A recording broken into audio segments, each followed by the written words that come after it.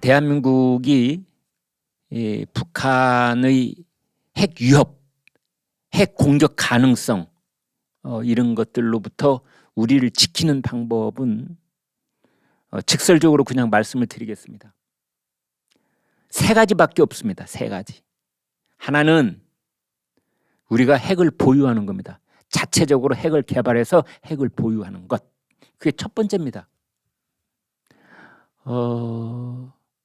전문가에 따라서 다르지만 이제 우리가 가지고 있는 기술만으로도 핵무기를 개발하고 핵을 보유하기까지, 가령 오늘 우리 국민과 대한민국 정부가 우리도 핵을 보유한다라고 결정을 딱 내려서 요 땡 하고 시작을 하면은 3개월 만에 핵탄도 가질 수 있다라는 그런 전문가도 있고, 그래도 6개월은 걸릴 거야 라는 전문가도 있고, 그러니까 3개월에서 6개월 정도 그런 얘기들이 있습니다.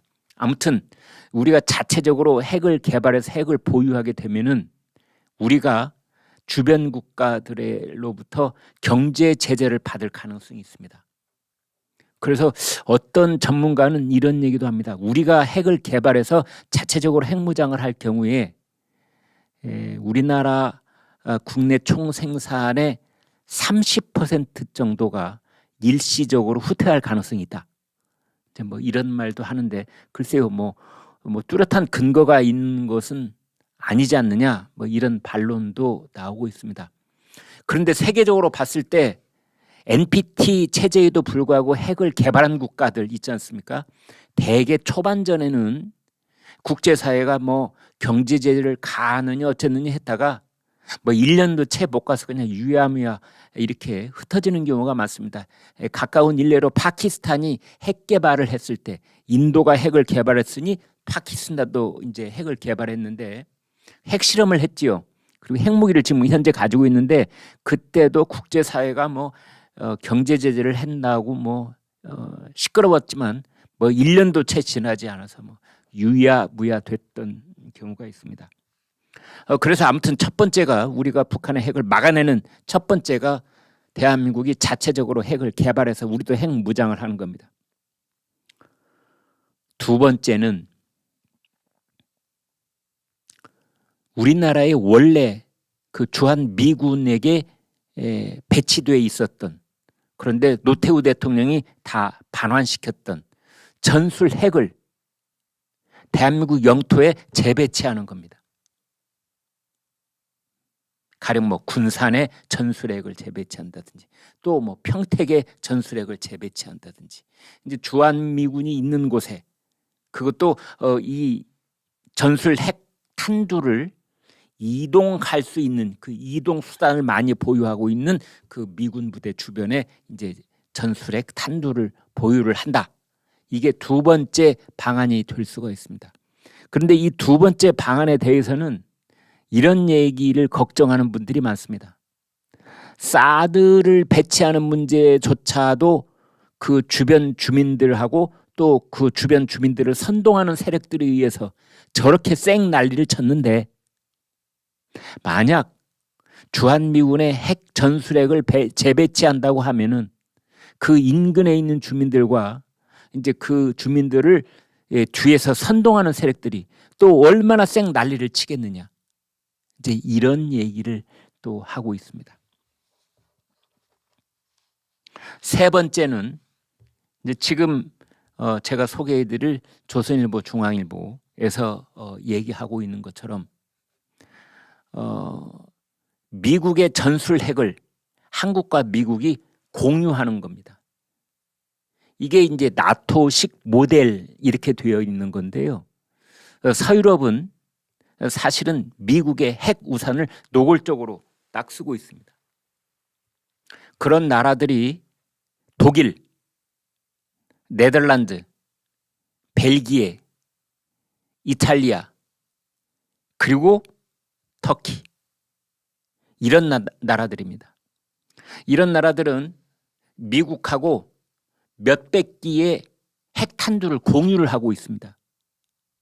그러니까 이런 나라들이, 그러니까 뭐 나라별로 약간의 기술적 차이는 있지만 최종적으로 핵 단추를 누를 권한은 미군이 갖고 있되, 나토 소속 미군이 갖고 있되, 그 핵탄두 누를 것을 긴급하게 요청을 한다든지, 또는 이 전술핵 배치 장소를 전략적 차원에서 재배치를 하고, 뭐 이러한 문제 기타 등등은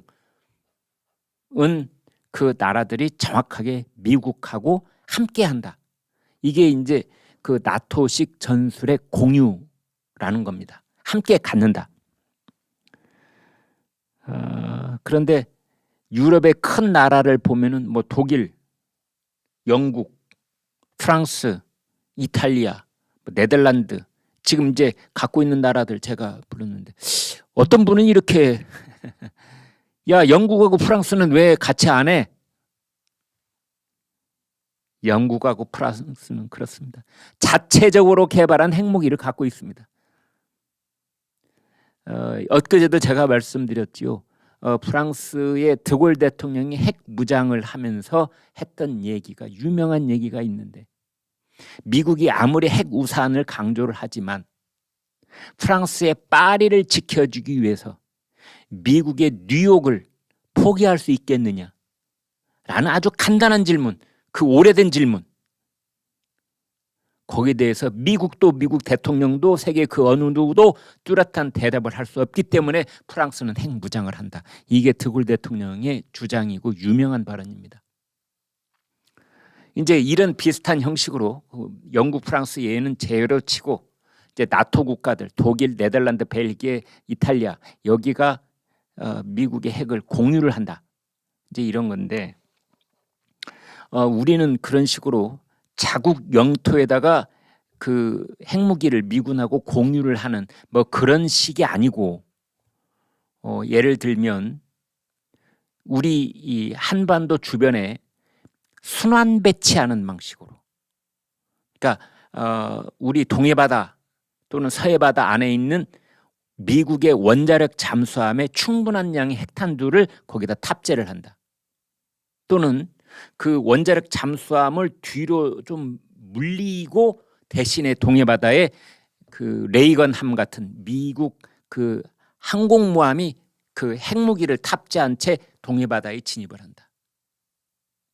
또는 괌에서 출발한 B1 전략 폭격기, 여기가 실제로 핵무기를 탑재를 하고, 지금까지는 핵무기를 탑재를 했는지 안 했는지 확인도 부인도 하지 않는 경우가 많이 있었습니다만, 아무튼 B1, B2 같은 전략 핵폭기, 전략 폭격기가 핵무기를 탑재를 하고 한반도 주변을 선회하고 돌아가고, 이런 일을 반복을 한다. 이제 이런 얘기가 나오고 있습니다. 그 우리나라의 F-35A 이 스텔스기가 있는데 우리가 40대를 가지고 있습니다. F-35A 이 스텔스기를. 이 F-35A 스텔스기는 전술핵 무기를 탑재할 수 있습니다. 그래서 그걸 가지고 가서 원하는 장소에 이제 낙하를 할 수가, 투하를 할 수가 있는데, 우리가 가지고 있는 이 40기의 F-35A 스텔스기를 미군이 있는 괌으로 보내서 거기서 모의 전술핵 무기를 투하하는 훈련을 하자, 이런 겁니다. 그래서 유사시에는 언제든지 우리 공군기로 전술핵 무기를 운반해서 투하할 수 있도록 하자. 지금 제목에서 보이시는 우리 전투기 괌에서 미국 전술핵 투하 훈련을 하자. 이제 지금 이런 얘기까지 나오고 있습니다. 그래서 지금 말씀드린 게 그 세 번째가 되겠습니다. 중앙일보 일면 기사입니다. 일면 톱 기사인데 몇 군데 읽어드리겠습니다. 제7차 북한의 핵실험을 앞두고 윤석열 정부가 핵 역량의 극대화 방안을 놓고 미국과 본격적인 논의를 시작한다. 논의의 테이블엔 전술핵 재배치 카드도 올라갈 것이다. 여권의 고위 관계자는 이렇게 말했다. 미국의 핵 역량을 최대한 활용할 수 있는 쪽으로 곧 미국과 논의를 시작할 계획이다. 한반도 유사시 미국의 핵 자산을 얼마나 효과적으로 활용할 수 있을지가 논의의 핵심이다. 이렇게 얘기를 했다는 겁니다. 여기서 말하는 여권의 고위 관계자는 대통령실의 수석급, 그러니까 안보실장 또는 안보실의 제1차장 뭐 이런 인물일 가능성이 높습니다. 이제 그렇기 때문에 그러니까 그거는 그 윤석열 대통령과 이미 다 교감을 마친 상태에서 그 대통령실의 최고위 참모가 언론에 얘기를 하는 겁니다. 그래서 오늘 아침에 출근길에 윤석열 대통령의 말도 비슷하게 나왔던 겁니다. 이번에는 조선일보 역시 일면 톱입니다.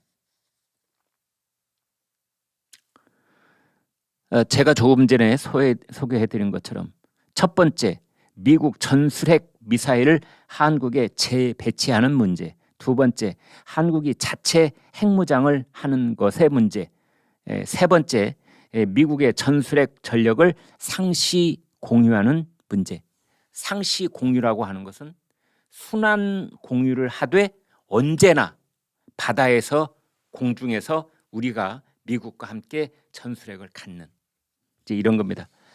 요즘은 뭐 전술핵도 워낙 그 파괴력이 첨단화돼 있어가지고 웬만한 전술핵 8kg짜리 하나면은 히로시마에서 터진 거에 거의 2분의 1 수준의 그런 파괴력을 갖고 있을 수가 있습니다.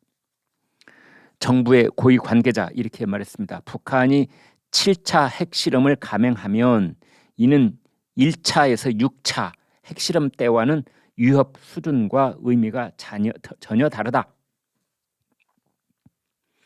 핵무기를 탑재한 미국 항공모함 전단이나 원자력 추진 잠수함 등 전략 자산을 한반도 주변 해역에 상시 순환 배치하는 방안을 적극 검토하고 있는 것이다.